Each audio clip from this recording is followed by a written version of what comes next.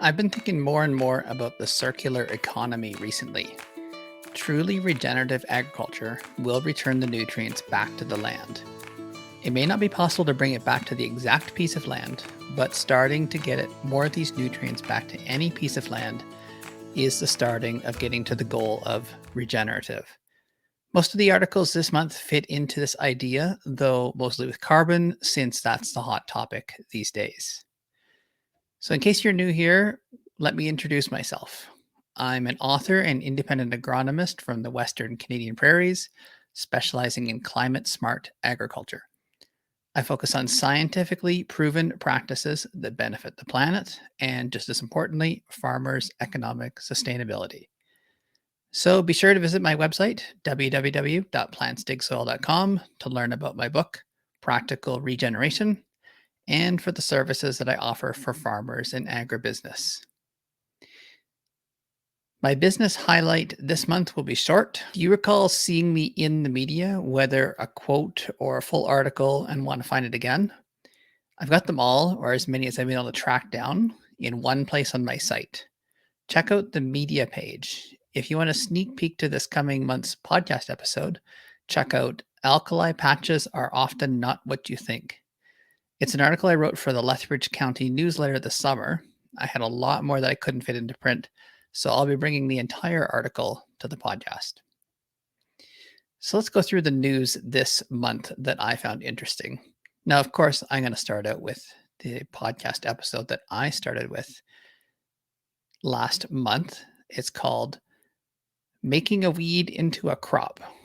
Now, have you ever thought that a weed could become a crop? They seem to grow no matter what you do, so why not find a use for it?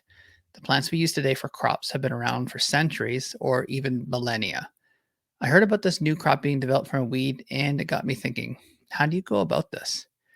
This episode is mostly a thought experiment, but it's a great way to stretch our thinking on what is a crop, what is a weed, and how weeds could be used as or mimicked in cover crops. So let's get to the articles. The first one's called When Topsoil Moves Uphill. Tillage erosion is an unseen, slow process. Just a small bit down a hill every year accumulates over the decades and centuries. While it may not be economical to do this on every piece of land, there are places where it can provide a huge yield boost. When there isn't such an extreme amount of soil in the low areas, another tactic could be to use variable rate fertilizer to provide less to the low areas, forcing them to use up some of the organic matter, and giving more to the upper areas, a little more, and helping them to build more organic matter in time. The next article is called The Smell of Success. Manure and high residue cover crops can boost potato yields and improve soil health. Now, a surefire way to improve the soil is to add manure or compost. As mentioned last month, this isn't truly regenerative because the organic matter comes from another field that doesn't get it back. However, in crops that are hard on the soil, like potatoes, this can be a way to supercharge them. When combined with cover crops, this increased yields by 28%. The next article is called We Need a Strong Public System to Ensure the Future of Cover Crops. Now, this is a timely article on the need to breed better cover crops. Currently, we just use existing crops as covers. Forages were meant to grow biomass for animal feed, not necessarily to rebuild the soil. What if we focused on breeding for roots? I know there's work on this in the United States, but I'm not aware of it in Canada. Cover crops may not be worth the time and money that a for-profit company can afford, so is there a need for public breeding? The next article, Illinois studies explore converting wastewater to fertilizer with fungal treatment. Now, here's one of the first articles on the circular economy. The best fate for animal manure and food scraps is to go back on the land. I hadn't been aware of converting it to bio-crude oil before, but I guess this is something that's done. This article goes over some new work showing how the wastewater left over could be turned into fertilizer by using a fungus to release the nutrients. Next article is Purdue and USDA researchers explore carbon burial solutions. Now, I put this up because it brings up an important environmental disaster that we did overcome. It was before my time, but acid rain from industrial processes was so bad in the 1960s and 1970s that it was dissolving stone and corroding metal. The positive from this was that farmers did not need to add sulfur to their fields. They only became aware of this free fertilizer from above in the decades that followed the cleaning up of the industry. Now, I also put this in because it's an article that could easily lead people to do something that has no impact on the land or could make it worse. They report that adding calcium and sulfur to fields increased carbon sequestration. The magnitude was not reported, nor the economics. As you'll hear from my upcoming podcast episode, there's a time and place to add these nutrients, but you can't just add them and expect them to work unless they're solving a real world problem. The next article is called How Does Tillage Affect Vineyard Soil Bacteria?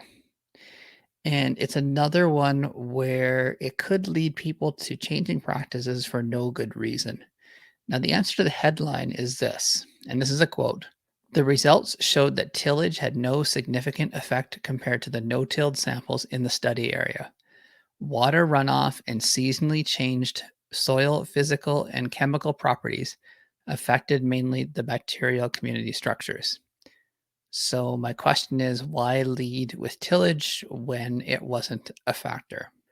The next article is called Benefits of Regen Ag Still Unclear, says EIT, and their quote, consumers do not pay attention to soil health when buying food. Now, when people buy food, they buy on price and how they think it'll make them feel. So this article has some interesting insights on how we talk to the non-farming population about what we do on the farm. Now, speaking of the non-farming population, here's an article called What Exactly Does Regenerative Mean in Fashion? The fashion world is completely foreign to me. This is a well thought out article on how fashion needs to be thinking regenerative from fiber back to the soil. Now, I'll admit that I cringed a bit on what they think regenerative agriculture is, but the concept is sturdy. And finally, this article on farms in Texas and Mississippi, this giant mobile machine is helping to fight climate change. Now, this is about making biochar in situ.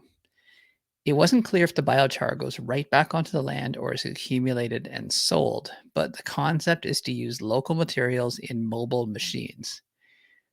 I know that large amounts of residues on cornfields is a problem for planting the following year.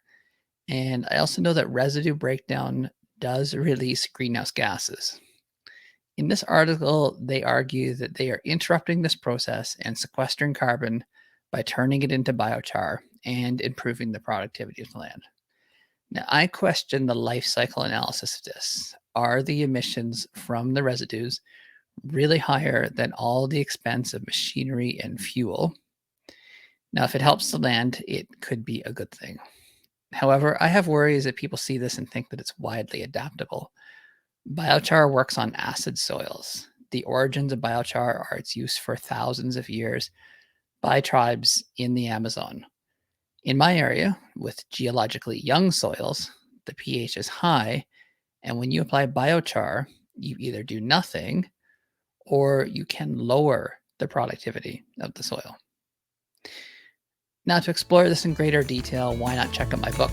It's called Practical Regeneration, and the chapter 15, Biologicals, Biochar, and Biomass, go into greater detail on this. So thanks for listening, and I'll talk to you again next time.